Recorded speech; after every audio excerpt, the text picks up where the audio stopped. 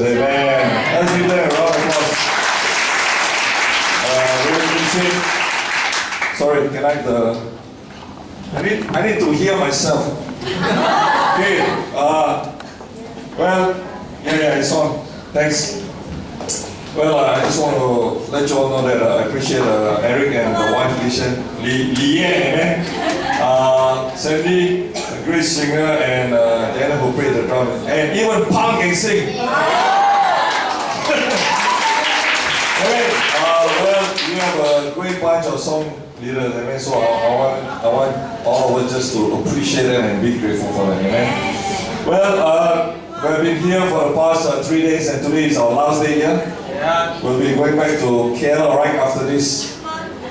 But I just want to say that, hey, thank you for welcoming us to the great land of JB, amen.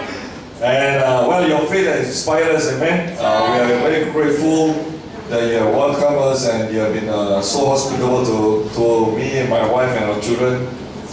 And just appreciate the times that we have spent with all your leaders.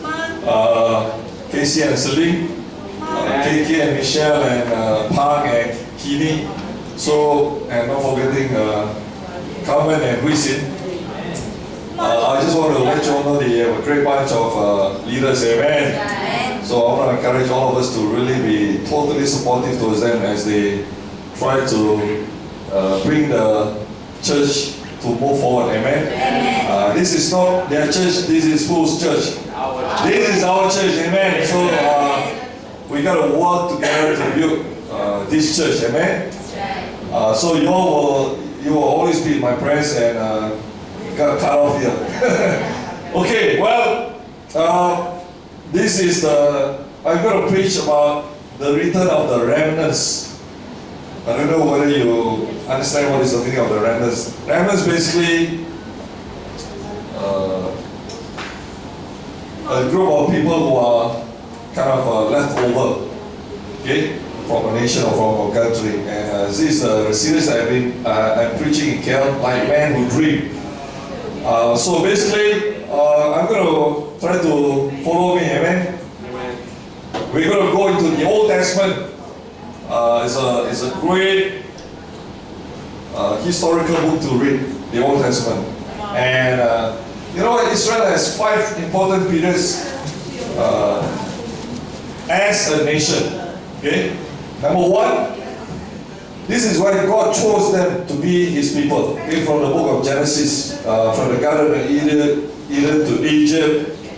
Then they were treated as slaves in Egypt, and how God sent Moses to bring them out, right, from Egypt, and then they were wandering in the wilderness for 40 years, and then God brought them after the death of Moses. God raised up Joshua to bring the people into the promised land, where Joshua led the nation to conquer, right, the nations in the promised land.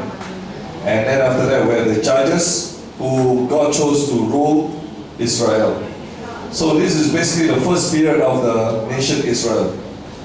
And this is the period to the United Kingdom, I call it. And this is the time when the nation Israel was at its peak. And you know, I call it Israel's golden age. I don't call it, even the scholar says that this was the golden age of the nation of Israel. Why? Because they asked for king. God gave them King Saul, their first king, ruled for 40 years. Then King David came, man after God's own heart. He ruled another 40 years. And then after David, his son Solomon from Bathsheba came and led Israel for another 40 years. And basically during this period of time, Israel was a powerhouse, right? They were very powerful as a nation. They were a powerful army. They were very rich. They were very rich as a nation.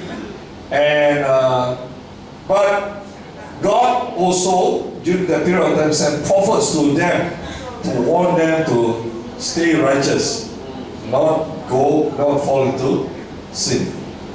Okay? This is the third period, and where Israel became a divided kingdom. Why? Because they started to sin. since the time of Solomon, right? The richest king ever. He had 1,000 wives. And so he fell into sin. He got married to foreign wives. And so God kind of divided the nation into two. Judah in the south and Israel in the north. And because of their sin, okay, they became weak as a nation. They're no longer strong as a nation. So they became weak. And God sent enemies to attack them. Basically Egypt, Assyria, and some of them were taken captive. So during this period of time, God sent the prophets Obadiah, Jonah, Joel, Hosea, Amos, Micah, and Isaiah to continue to preach them, to ask them to repent of their sins, go back to God. Right? Period 4, they never listened to the prophets. In fact, they mocked and despised the prophets. Right? And so they continued to sin, and God had no choice but to what? Send them into exile. And this was the days, the time when Judah got conquered. 586 BC, Jerusalem was destroyed by Nebuchadnezzar and Babylon. Right? So Nebuchadnezzar was a very wicked king. I mean, he was very powerful during that time. He sent and conquered them. The temple of God was burned and looted. They took all the gold and silver back to Babylon. And a lot of people were killed and captured, taken as slaves. Basically, Nebuchadnezzar came and took a lot of Israelites back to Babylon. Right? And they brought these people back to Babylon to serve the nation there. So during this period of time, God sent prophets like Jeremiah, Zephaniah, Nahum, Habakkuk, Daniel, and Ezekiel to continue to tell the Israelites to repent of their sins. And this is the 5th period, the return of the remnants. Basically, Babylon was powerful at one point in time, but then another kingdom came called Persia, right?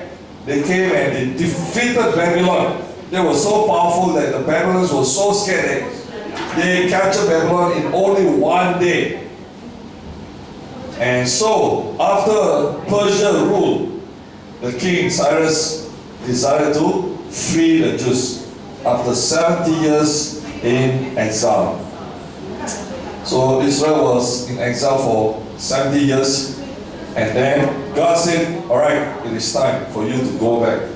So they went back, they rebuilt the temple, they repaired the walls, and the prophets at that time were Haggai, Zechariah, Ezra, Nehemiah, and Malachi. So these were the 5 important periods of the Israelites in the Old Testament. Amen. So far, so good? Yeah? We good? Alright, so this is basically a brief summary of what happened, okay, the entire of the Old Testament. Alright, I want to preach a lesson on Dare to be Daring. Because that is the title of my lesson. Dare to be Daring. Okay, what is daring means? To be daring means what? To be brave, to be fearless, to be bold. You know what? Daring is a very common term that this part of region we use, right? In Malaysia, in KL, or even in Singapore, we always tell people when they do something that is beyond our expectation. We never thought the guy can do it, and when we saw him doing something that is beyond our expectation, what do we say? Wow, so daring one are you? Right? You're so daring, you're so brave to do this. So it's like our slang here in this way. So being brave means what? Being daring means to be brave, to be fearless, to be bold, to be unafraid, okay, not scared, right? Okay, what are the most daring things that people do in their life? Think about it. Some of the daring things that people do in their life. Like, look at this guy. Cliff diving. Okay, this is real. This is not Photoshop now. It's not like I cut this guy and paste it here. You can see the the steps here. Then this guy will climb up all the way here, and then from here he will stand on the cliff here, and he will jump all the way down. Do you dare to do this? Right? Cliff diving. Okay, look at this. Base jumping. So this, I don't know whether they are crazy or they are stupid, right? Or they are very brave. So they climb up the mountain all the way to the what? To the edge here, and basically they have a parachute with them, right? And they will jump down, and just at the right time before they land, they will release their parachute. If the parachute does not open, what happens? Right? Gone. Finish. Die. Okay, this is pretty much common. Okay, bungee jumping. Honestly speaking, there's one time where I really wanted to do this. Bungee jumping. I said, wow, that would be so fun, man. To climb up high, right? Your leg tied to the string. But I never had a chance to do it. Then I got married, I got kids, then I said, forget it. I don't want to die. I got my wife, my kids at home. Okay, what is the most daring thing you have done yourself? Come on. Nothing. Okay, you know what? There's one mall in KL, near Subang actually. It's called One City Mall, okay? And they have this place called Sky Park at the rooftop. They built, you know what they built? They actually built the rooftop with glass panels. And this is the leg of somebody. And so from the glass panel, you can actually look down. You see, these people are so small. I think it's about 7-story high, right? And the whole place is built with glass panel. And you know what? You see people go up there and try to walk on the glass panel. And you know what? If you look at all these things, all these daring things that people do are all related to heights, right? And how many of us are scared of heights? None. Okay. A lot of us, you know what? We are afraid of heights, right? Including myself. It's like if you were to go high up and you look down and you feel like, I'm going to fall down and die. And so this place has a glass panel where you can actually walk around and so if you are afraid of height, I want to challenge you to go and walk on the glass panel. So there's one time we went there with a few couples. We went there to reach out to a couple and we went on a date there. After makan, we decided, okay, let's go upstairs to the rooftop and see the view. Okay, but besides seeing the view, there's another thing that we didn't tell them.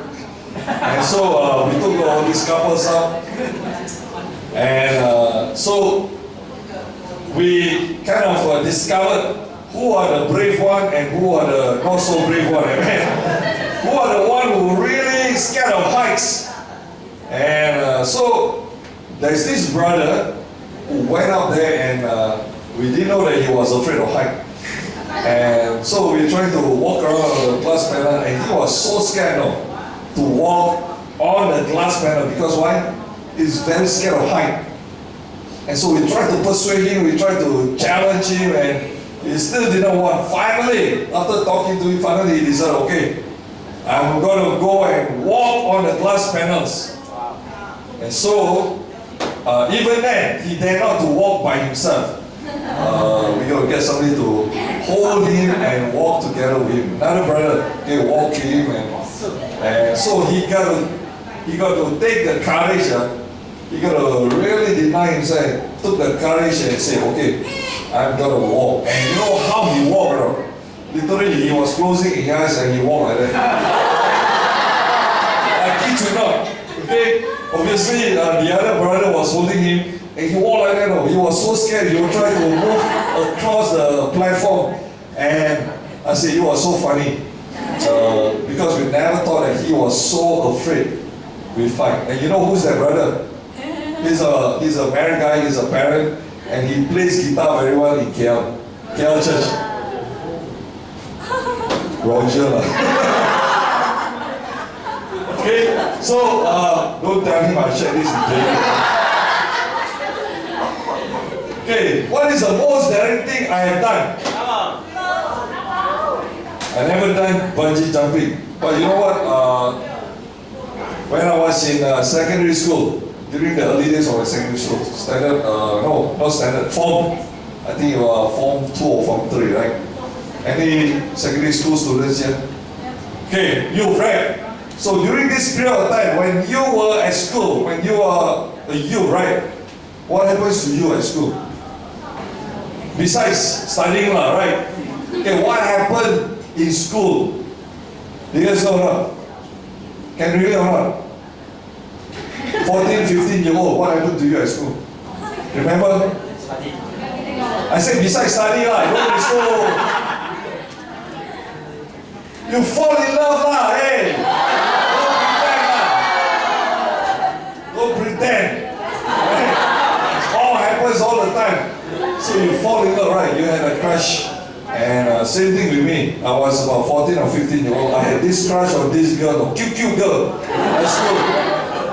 And so, one day I decided to write a card to her. And you know what? My school has a lot of students from remove classes, right? Remove means they come from Chinese school. They have to go through remove before they go actually to Form 1. 我不会讲华语。I cakap Melayu, I speak Malay one. Right? I'm a Baba. I speak, so I don't know how I wrote the letter, but I wrote a card, and so I decided, I think I wrote in Bahasa Malaysia. I cannot communicate with Chinese speaking, so I wrote in Bahasa Malaysia. So one day I decided to pass this card to her. Wow, I was so scared. I came from a boys' school, right? I never interact with girls before, except my neighbors or that. So I was a very timid and very insecure boy when it comes to girls.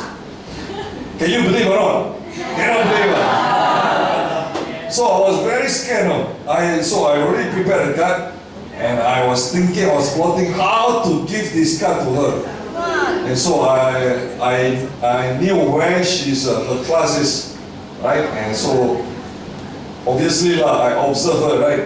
And so I knew that she was sitting right at the back door of the classroom. So there's one door at the front, there's another door at the back, right? Yeah. So she was sitting right beside the door of the class.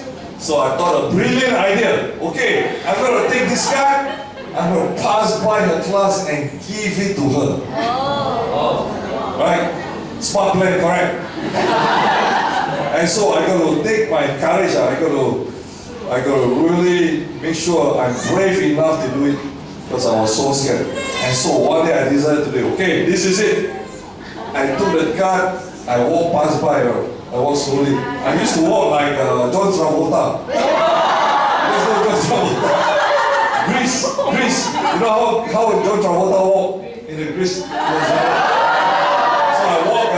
I walked past by her, I took the card, and she was sitting there. I put the card on the table, then I walk off. I can't even say hello. I can't even say hello. Excuse me, this card is for you. I was so insecure.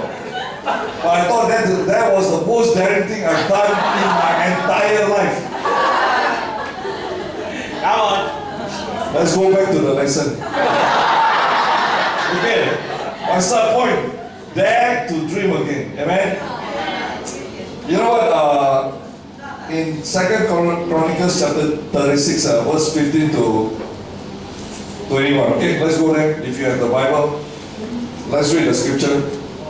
The destruction of Jerusalem. Okay, it's in the Old Testament. The Old Testament, 2 Corinthians, right at the last chapter. Okay? And you know what? If you were to read this, verse 15 to 31, it says what? The Lord, the God of their fathers, sent word to them through his messengers again and again, because he had pity on his people and on his dwelling place. But they mock God's messengers, despise his words, and scoff his prophets until the wrath of the Lord was aroused against his people, and there was no remedy. He brought up against them the king of the Babylonians, who killed their young men with a sword in the sanctuary, and spared neither young man nor young woman, old man or aged. God handed all of them over to Nebuchadnezzar. He carried to Babylon all the articles from the temple of God, both large and small, and the treasures of the Lord's temple, and the treasures of the king and his officials. They set fire to God's temple and broke down the wall of Jerusalem. They burned all the palaces and destroyed everything of value there. He carried into exile to Babylon the remnant who escaped from the sword, and they became servants to him and his sons until the kingdom of Persia came to power. Okay, let's start right. This was the account where it talks about the destruction of Jerusalem, the destruction of Judah. And you know what? This was what happened that I spoke about just now. Because of Israel's sin, God sent Babylon to conquer Israel. Right? And they destroyed the temple, they destroyed the walls, they took the Israelites into captivity, and they became slaves in Babylon. So this was the time when they were taken into exile. Right? So we go to Ezra chapter 1, the next book. Ezra chapter 1 is the beginning of the return of the exiles back into Jerusalem. Right? So Ezra chapter 1 from verse 1 to verse 4. In the first year of Cyrus, king of Persia, in order to fulfill the word of the Lord spoken by Jeremiah, the Lord moved the heart of Cyrus, king of Persia, to make a proclamation throughout his realm and to put it in writing. This is what Cyrus, king of Persia says. The Lord, the God of heaven, has given me all the kingdoms of the earth, and he has appointed me to build a temple for him at Jerusalem in Judah. Any one of his people among you may his God be with him, and let him go up to Jerusalem in Judah and build the temple of the Lord, the God of Israel, the God who is in Jerusalem. And the people of any place where survivors may now be living are to provide him with silver and gold, with goods and livestock, and with freewill offerings for the temple of God in Jerusalem. Alright, so I want to say this now. The kingdom of Persia came, conquered Babylon, and King Cyrus desired to free the Jews. They desired to tell the Jews, okay, now you can go back to Judah, go back to Jerusalem. Isn't that awesome? After 70 years of exile, Cyrus desired to free the Jews. And you know what? In verse 5, the Bible says, then the family heads of Judah and Benjamin and the priests and Levites, everyone whose heart God had moved, prepared to go up and build the house of the Lord in Jerusalem. Amen. You know what? You got to try to imagine. Okay, try to imagine what actually happened in Jerusalem in Judah. Okay, if you have seen pictures of war before, right? Even now you can see pictures of war. Buildings are destroyed. Okay, it is burned, and that's the same with Jerusalem. And so when Persia came, when King Cyrus came, he decided to ask the Jews, okay, whoever of you who wants to go back, you can go back and rebuild the city. But you know what's interesting in verse 5? The Bible says that God actually moved the heart of the people. Right? God actually moved the heart of the people. And that is interesting because why? Have you ever felt like God's talking to you before? Come on. Have you ever felt like God is trying to tell you something in your life? This is a side point, right? Why says God moved the heart of Cyrus? God also moved the heart of his people so that his plans for his people can be fulfilled. And you know what? The God's hand is more powerful than kings and kingdoms.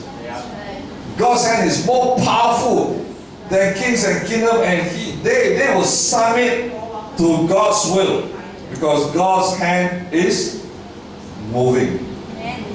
And so when God moved the hearts of the people to fulfill His plans and for His people, the Bible says that God, besides moving the hearts of Cyrus, He moved the people's hearts to go back to their homeland. Can you imagine if somebody were to come and tell you good news in your life? Have you received good news before in your life? Something that shocked you, how would you feel? You guys know Kevin Chan? Yes. Kevin Chan. Kevin Chan used to be from JB, right? They are back in KL and they are doing awesome. And so a few years ago when I was working, I happened to browse through the bonus link website. You guys know bonus link? It's a card, right? You can swap to get points. And so I was browsing through, I was checking my points. I think I was browsing through the website, and lo and behold, you know who I saw on the website? I saw the face of Kevin Chan. I said, what is he doing here on the bonus link website? And apparently that as I read through, he won a contest. Yes. And he won 1 million. Yes. 1 million. But not really yet. 1 million points. 1 million bonus link points. And immediately I called him up. Hey, Kelvin, I saw your face on the bonus link website. What are you doing? And he said, wow, yeah, I won the contest. And I was asking him, how did you feel when you won this contest? I said, I was shocked, man.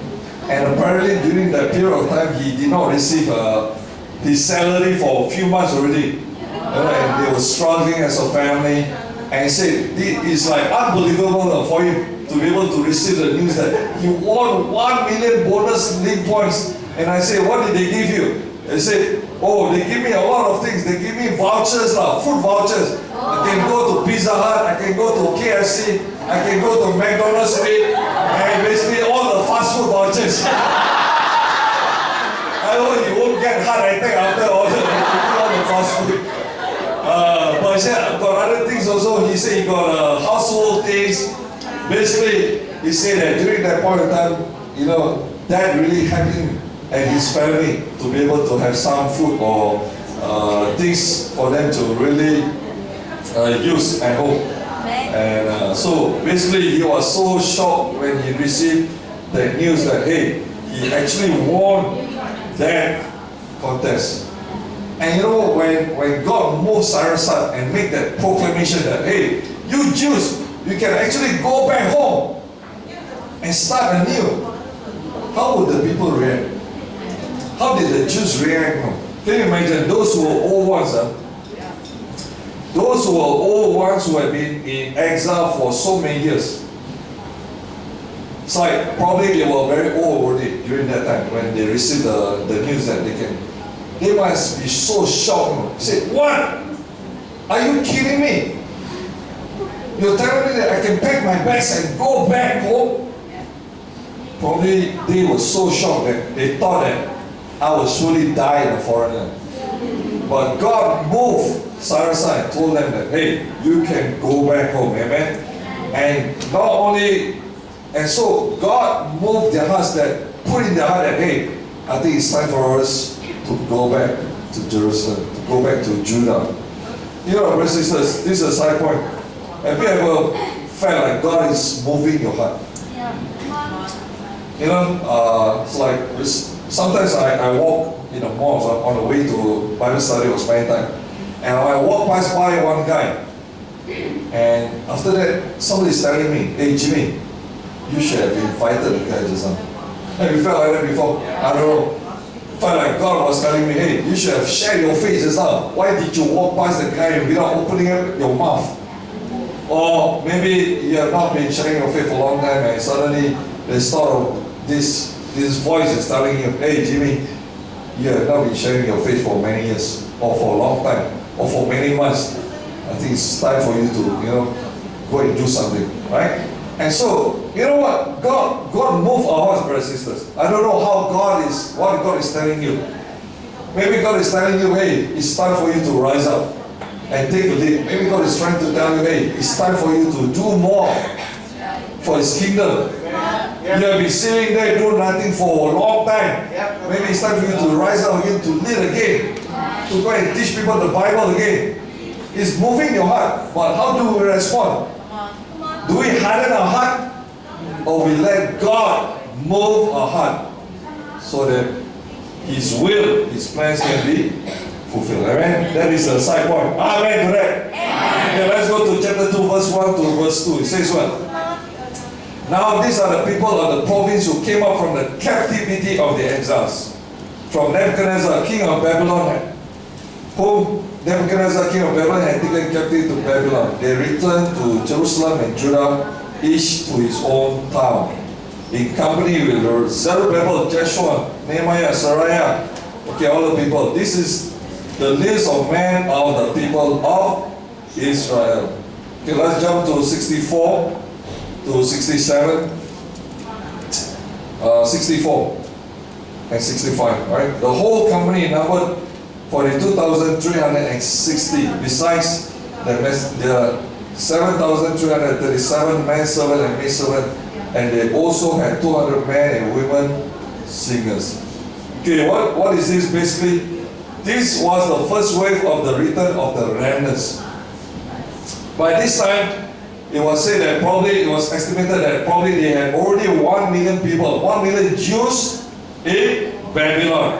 And so, after the proclamation was made, a total of close to 50,000 people decided to return back to Judah from Babylon. And you know what? Babylon at that time, it is not very near. In fact, it was very far from Jerusalem, right? And you know what? The remnants, they dared to dream again. It is not like, hey, you walk one day, you can reach Judah and Jerusalem again. I'll show you the map later. But they were living in a foreign land that is so far away from where they came from. Right? Imagine. And you know what? A lot of them basically has actually grown up in Babylon, and some of them, many of them were actually born in Babylon. And basically they were about 2 generations that grew up in Babylon. And after 2 generations of growing up in Babylon or living in Babylon, they have kind of settled down in that land. And you know, from historical writing, we kind of learn that the Jews have familiarized themselves with the customs, the lifestyle, the culture, the languages of the Babylonians. And many of them have settled down. They started business, they were successful, and so it was not as easy as you think for them to decide to go back to Jerusalem. Personally, I don't think so.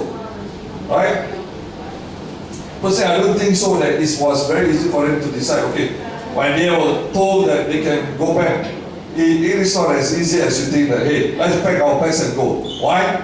I tell you a few things. Because number one, they were already in a very comfortable zone. Or they are in the comfort zone, they are very comfortable with their lifestyle. They could have said that, hey, we were born here, we grew up here, we raised up here. This has become our own home. Like some of us, right? You came from different places. You grew up in Malacca, or you grew up in Batu Pahat, or Kluang, whatever it is. But you've been here in JB for probably 20 years already, 15 years, right? And so, JB has become you already have a family here. You got a house here, right? You got a career here. So when this is your home, it's not as easy for you to what? Pack your bags and leave everything and go somewhere else. Yeah. Isn't it? Yeah. Right? And so it's the same thing with the Israelites. Hey, where's my slide? Okay. So basically, it's not as easy. You know, it's the same thing with the Israelites. They have obstacles that stop them from going back home. Their family, okay?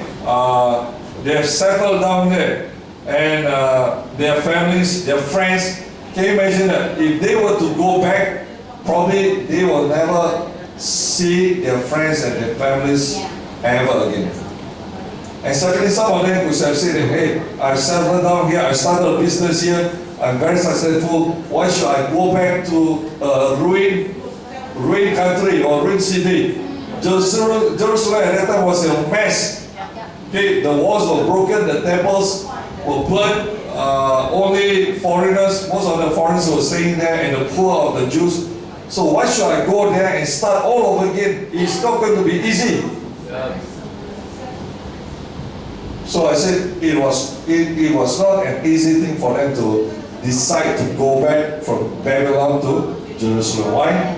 Because this is the distance the distance is so far away. It's about 1,500 kilometers for them to go back to Jerusalem. This is a shorter way, right? If you see from here, Babylon, you can cut across to Jerusalem. It's a shorter way. But why they did not take the shorter way? Because it's a desert. You walk halfway, you will die in the desert. So they have to walk a further way along you see these blue lines here, what are these? These are the rivers. They have to walk and travel along by the river so that they have water for themselves and for their camels or donkeys. You see that? So it's a longer route, but they will survive. Even then, it's not easy because why? It's like they are exposed to a lot of foreign nations. And when they travel in such a big group, there are a lot of things with them. They could have been attacked by these foreign people. And you know how long it took for them to travel all the way here? They took about 4 months now. 4 months journey to go back to Jerusalem. They don't have Jerusalem Air at a point in time. Or Israel Airlines. They only travel by foot and by camels or that. So it will take them 4 months to travel back. And so it was not an easy thing to decide to go back home. Okay, and it is so long that some of them will get sick during that journey. Okay, they get sick, they might die along the journey. So you know what? A lot of them decided, might as well I stay back. Among the 1 million, only 50,000 decided to, okay, let's pack our bags and go back to our homeland. That is why I appreciate them, because why? They dare to dream again. They dare to go back and rebuild their lives. It takes a lot of courage, amen? They were daring enough to leave everything and go back to their homeland. That is why it was said in Psalm chapter 1 to 6. They wrote these songs probably to encourage, to inspire one another. They say, when the Lord brought back the captives to Zion, we were like men who dream. Our mouths will fill laughter, our tongues with songs of joy. Then it was said among the nations, the Lord has done great things for them. The Lord has done great things for us, and we are filled with joy. You know what? They were so excited. Even though it was challenging, they were excited to be able to kind of dream again. They were like men who dream again. They were in a foreign land for so long. Now they are going back to their homeland. You know what? I had a dream. Not last time, no. Last time I was sleeping very soundly. But you know what? When I became a disciple 26 years ago, I was baptized in Singapore 1988. I had 2 dreams. Okay, I was a very young boy, young man, 20-year-old, but I had 2 dreams. Number 1, I said, okay, I went to church, I looked at John Lewis, I was so inspired by him. I said, I want to be like John Lewis, preaching the word. Okay, that was my first dream. Second dream, I told myself, okay, I want to go to a place where the word, the gospel had not preached before. I know that there are a lot of churches, but I said I want to go to a place where the truth has not been preached before. That was my 2 dreams that I had when I became a disciple in 1988. And so, in 1990, I was part of the team to go and start a church in Jakarta. I'm showing this not because I was very awesome during that time. Okay? That wow, this is a brave boy who go to preach the word in a foreign land. In fact, I had to go through challenges before I actually went into the mission team. When I decided to go, my mom started to get worried about me. And you know, she would complain to my sisters, she would cry and told my sister, why do I want to go to Indonesia? Any Indonesians here? Got have okay. No offense to Indonesia, but Jakarta had a bad reputation in Malaysia, okay? He said, why do you want to go there? A lot of bad people. So she was very afraid of me for my safety, all that, right? And so my sister would call me and cry and say, your mother crying on the phone, why, your mother is crying at home, why do you want to go and, move to Indonesia, all that? But I was very determined. I said, okay, I decided I want to go and preach the word. And I was a young Christian, so-called young Christian. I was only 1 year and 3 months old. I was only 1 year and 3 months old as a disciple. So I never led a group before. I did not know how to teach people the Bible. Right? I was trying to learn, but I never baptized anyone. I never studied and baptized somebody. And so a lot of things I do not know. But one thing I do know is that I had the zeal. I had the zeal to go. And so I want to show you some of the pictures that I took in Jakarta. So this was the team. 4 Malaysian, 4 Indonesian plus 1. Rita came back from Boston. The rest all we were from the Singapore church, right? This is Lauren, Agnes, Daniel Ang. This is me. So we started the church with 9 of us plus another brother from US, Peter Smith. This was early 1990. Okay, I think it's around March. So this guy was the first baptism in Jakarta and happened to be my fruit. He's still faithful, Ronnie Limawal, he's still faithful in Jakarta Church. He runs a very nice noodle restaurant. This was the ministry I was leading during that time. We call it Yes Timotheus. Why? Because Indonesia had a Visit Indonesia campaign during that time. And their tagline was, Yes Indonesia. So we copied, we say Yes Timotheus. Timothy is a character in the Bible, right? And so they are all secondary student, boys at college. So this is the man. Some of them are still faithful. One is restored. This is John's son. He was only a secondary school during that time. I started going with him. Got baptized. And now he's leading the church in Bali. Okay, if you go Bali, you can look for him. John's son. Okay, this was the place that we used to meet for service. It was actually a restaurant, a Chinese restaurant in Jakarta. And you can see the lanterns here, right? But apparently during the riot in 1998, it got burned down. So it's no longer there. Okay, City Hotel in Glodok. So this was our special service, and you look at the brothers here, they were so fired up singing. Fired up, open their mouth very big. See? So this is another picture of our first special service. This was our first year in Jakarta. We had about 100 over disciples during our first year in Jakarta, right? Yeah, there's Lauren, myself, Amandi, Budi, Ronnie. They are still faithful. Yeah, you see the dragon here, the 2 dragons. So people come to church, they see, "Oi, what kind of church is this? It's got dragons."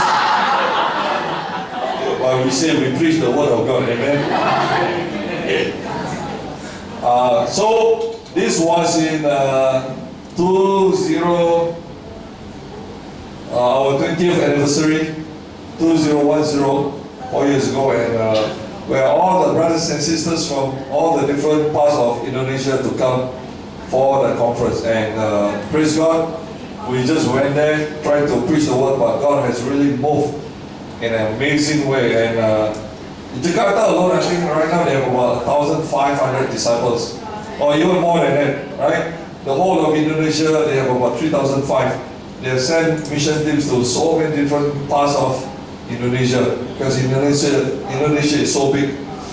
So this was our 20th anniversary. Next year is the 25th year anniversary. So this is my fruit, Ronnie Imawa, still faithful. So this is another picture. So it was a big crowd, right? If you went to ILSC, okay, it's like that huge. So this is another view of the crowd. Okay, so it was packed. Amen. So it started with me just having one tiny dream that I had when I got baptized. And you know what? God worked in. It's not that we were so awesome, but God really moved the heart of people there to respond to the gospel. Amen. So now today, as I look back, Jakarta has always a special place in my heart. That whenever I go back there, I get inspired for the work that God has really done in Indonesia. And you know what, let me ask you, JB Church, do you dare to dream again? Right, like what we talked about last Friday. You know what, JB Church, 22 years, you have a lot of history. Right? People come and go, leaders come and go, a lot of leadership change. But I want to let you all know that, hey, that you can dream again, amen? Amen. But do you dare? Do you dare to dream again? Yep. That's right. That, do you look at yourself or do you look at God? We look at ourselves, we're so tiny, right? We're such a small group. How can we evangelize the entire Johor? Not only JB, no. You look at JB, Johor as a whole state. How are we going to send teams to Segamat or Batu Pahat or Muar or Keluang or Kota Tinggi? Right? With us, we cannot do it. But I want to encourage you to look at God. God can do amazing things. Amen. And you know, do you dare to dream again? And you know what? Throughout the years, a lot of us, I'll be honest with you, you have lost your dreams. You know what? You have no more dream anymore. You just come and look at the church and okay, that's it. Sit, warm the seat and then go back. Say the next week you come again, same thing. The next week you come again, you see the same old faces. You get so fed up. You say, is this life? Is this what Christian life is all about? Is this what, you know what? Is this what God's kingdom is all about? Let me tell you, do you dare to dream again? Come on. You got to dream again, amen? You got to dream that, hey, JB can be a great church now. That God has really developed this city in a very incredible way. Alright, there's so many people here. There's so many people for you to reach out to. It's not that there are nobody in JB. There are many people. There are many families who are struggling. You got to see that, hey, we got to have the parents to teach them how to raise up their children. We got to have the married couple to have great marriages, because why? Divorce rate is like skyrocketing. Right? We got to have the teens or the youth to have a great life, not just play video game every day. Right? That is not their purpose. We got to have them to have great relationship with their parents. We got to have them to have great relationship with one another, pure relationship with each other. There's so many things. But do you dare to dream? JB Church. Right? Do you dare to dream that, hey, this church can double up? Then from one Bible talk you can go into 2. From 2 you can go to 4. From 4 you can go to 8. Right? And what is your goal next year? How much you want to see the church grow? You gotta tell yourself, you know what? Let's dream big. Maybe next year let's cross over 60. How about that? Amen? You're very close to 50, I think. 40 plus, right? Okay, what about bring crossover 60 next year? I don't think it's too big of a number, but hey, do you dare to dream again? That's the question. Amen. Amen. At this point in time, I will ask my wife to come and share her thoughts on this. Good afternoon to all you. Before I respond to the sermon today, I want to take this opportunity to really show our appreciation. First of all, to Carmen and Hui Xian. We thank you so much for the plannings, for the arrangement, for the coordinations, for us to come here, and we really appreciate our friendship.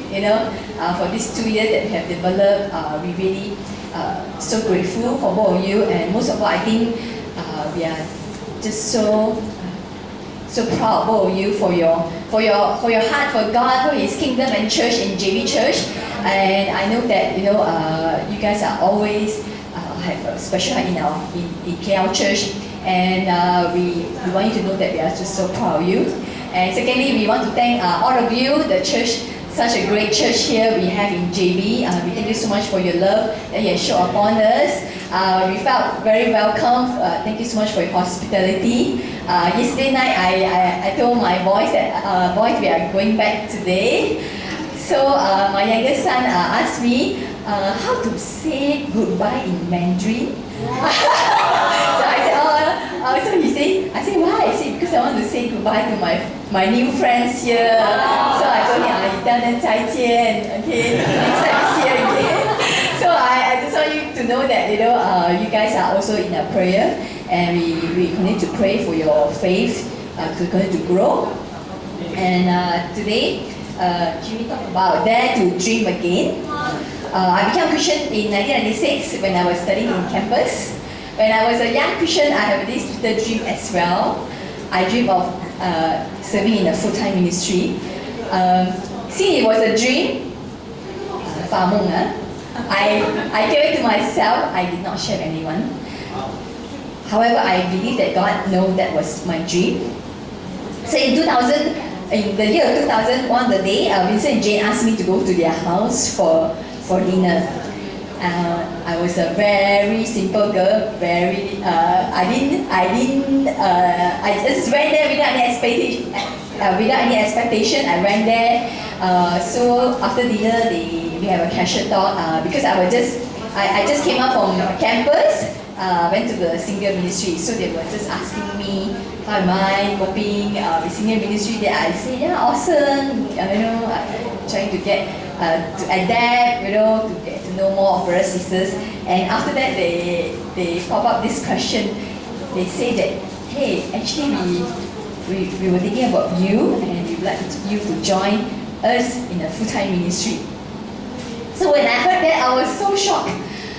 At the same time, I was also very happy that wow, this dream that I had kept, and God today, through Vincent and Jane, you asked me this question. But at the same time, I was also very fearful. I remember that time I was facing very intense family persecution, and I was so fearful of how my family will respond if I were to take up a full-time ministry. I was so fearful. I was so faithless. And needless to say, I actually declined the offer. I said no to them, and deep down in my heart, I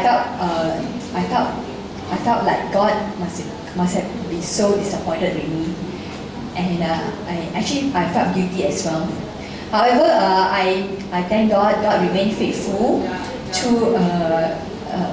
for the many years. God continued to bless me in my life. God blessed me with such a great husband, which I have never imagined. God bless you with 2 wonderful boys, and God also blessed me with a very good career as a HR manager in one of the multinational company. And over the years, my parents also started to see the changes in our life, in our marriage, in our parenting. And they started to appreciate our convictions and commitment.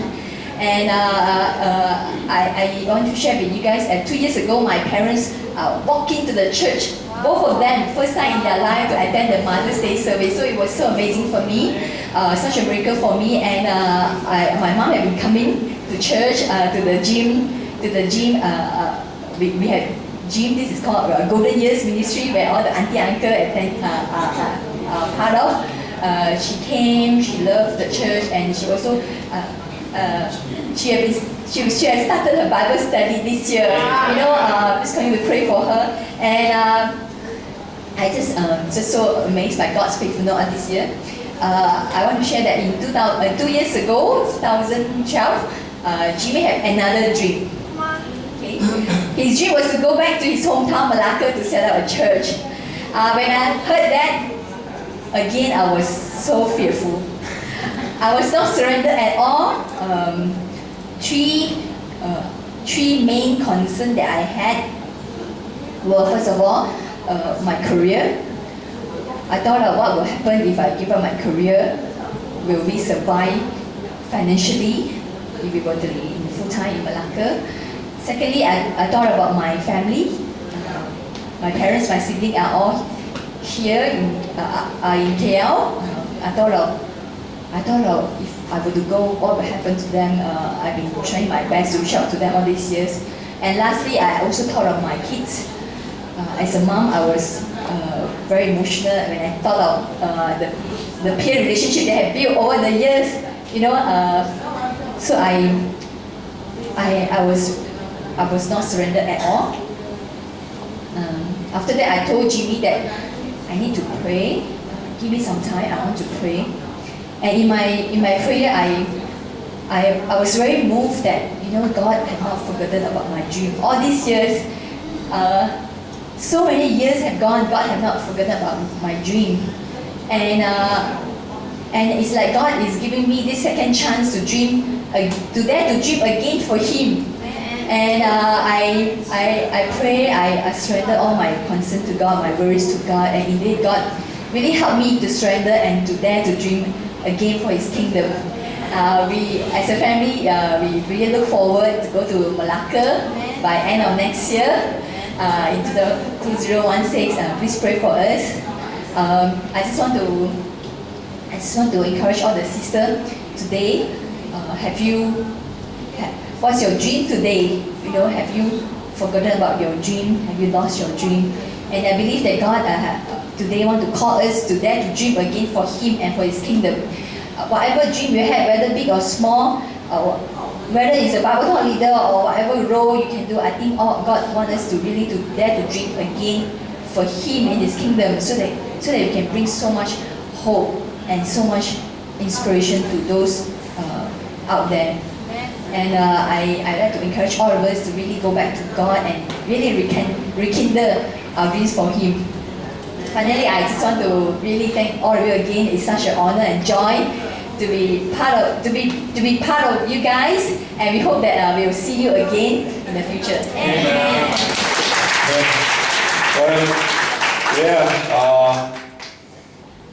Okay, we need your support to start the work. Okay, I'm not here to ask you to go Malacca. These are the slides that we used to present to the Singapore church recently. Amen. So basically, my wife said that I had another dream, and this time to go back to Malacca to start the work there. So Malacca is a beautiful place. We told the Singapore church that hey, we need team members, mission support trips, mission support funds. We asked them, hey, we need money. No money, no talk. So if you got money you want to give us, we will be grateful. Amen. We told them that we're also looking for future hope worldwide, or that can be used as a church building. I'm already talking and I'm trying to find such. They're building a lot of 3-story shop lots in Malacca. So hopefully we'll find somebody who's willing to let us use it for free. Amen. And also I told them contacts in Malacca. Whatever it is, if you have friends, your colleagues, your relatives, your family members, you let us know. Okay, we can reach out to them. So these are the plans that we have for next year. We plan to have quarterly trips from January to June, and from July to December we plan to have a monthly trips where we'll take turns with a Singapore group. We have a couple in Singapore who's helping me to organize things. And so we hope to be able to have a monthly trip, the second part of next year, and finally we plan to have hold a special Sunday service during the third quarter of the year, and preferably it will happen in the month of September. All right, amen. So this is our plan for Malacca Mission team. We have a set target to start it in the year 2016. Amen. So that is our dream. This is my dream. That's part of my wife's dream right now. We hope to be able to go there and preach the word. Amen. So that's where I came from, and that's why I love to go. And I hope that to be able to have disciples there. And one day, hey, when you go to Malacca, we have a church service there. We have a group of disciples who sing songs there. Amen. So this is what our target is. I hope you can pray for us. Amen. So is that all? Okay, that is all. So, brothers and sisters, do you dare to dream again? You know, probably you have lost your dream, but I want to encourage you. Hey, think about your life, think about what you can do, and I believe that you can have the church here in JB to grow in a powerful way. Amen. This is not Common and Christian Church. Amen. This is not the leaders' church. This is what? Our church. Okay, if you want this church to grow, every one of us have to play our part. Amen. So that is the lesson that I have for today. I hope that it has been helpful to you. Amen. Amen. Thank you.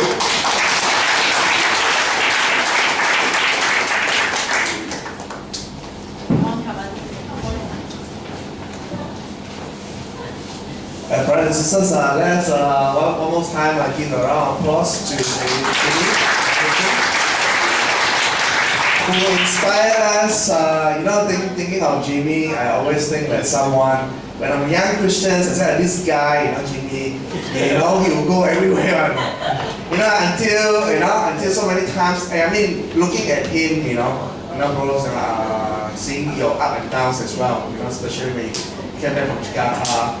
Those are very challenging moments as well, I remember, but seeing them later on came to lead us in Johor Church, early days, and all this. I think personally, I felt like you are someone just suddenly pop up in my mind. Bruce Willis, his movie Die Hard. So this guy will never die, right? Every time when the enemy tried to shoot him, he never died, never failed to fight, right? I said, brother, die hard, die hard for God, right? Bringing his family, leading the wife and the children, seeing the two boys there, they are, even though yesterday Hui King was saying that the elder son is a bit like her, very, by saying no way, very harmless one, but I'm grateful that you guys are here preaching to us and also challenging us deeply about dare to dream again. I think one of the things that I think God is calling us as disciples, other than giving us salvation, probably is the possibility of dreaming at all ages. Now, even at the time that we are growing, it doesn't matter how old we are. Doesn't matter whether you used to have dream. That doesn't matter. Maybe you used to have dream, then suddenly it drops somewhere. Yeah. But it doesn't matter because in God's kingdom, God's heart is always have that vision, have the dreams to call us to dream bigger for Him. Amen. I know that through the lessons we learned that definitely to fulfill God's dream, it's not really from our own strength. Doesn't matter whether you know a lot. It's really how much we learn to trust God. Now, I really hope that these lessons can really, we can all, take it to heart. Not say, oh no, it just challenge us to have dream again. How possible? Yeah. If you're saying, how possible, I can't. You are right, Why?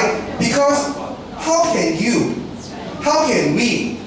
You know, it's not us, it's about God. Right. Now, I hope that you can take this lesson when you look at God. You say, wow, God can make my dream live again. Amen. You know, and let's really decide in our hearts, you know, and again, let's give them a round of applause. And then, also on the day of the church, we have some special, not so special gift, a small gift, but this gift, you know, it's to encourage them to stay healthy. So we would like to invite both of them to come up and give them enzyme, you know, to hope that they can. Wow, honey. Thank you. We love honey. Okay, so that's all, you know, and let's have announcement. Brothers and sisters, we have a few announcements. On coming Friday, we will meet here 8 p.m. at church. And on coming Sunday, we have a Chinese service.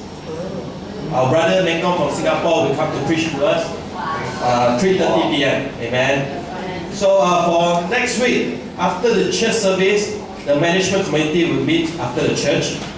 And today, after the meeting, after 20 minutes after this church service, the parents, those who will go for the camps, please meet together because we will brief you some things of what you need to bring for the camps.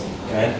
So today cleaning will be Eric's and Lian groups, and we have a very sad news. Our dear sister Antonio's husband has been passed away this morning.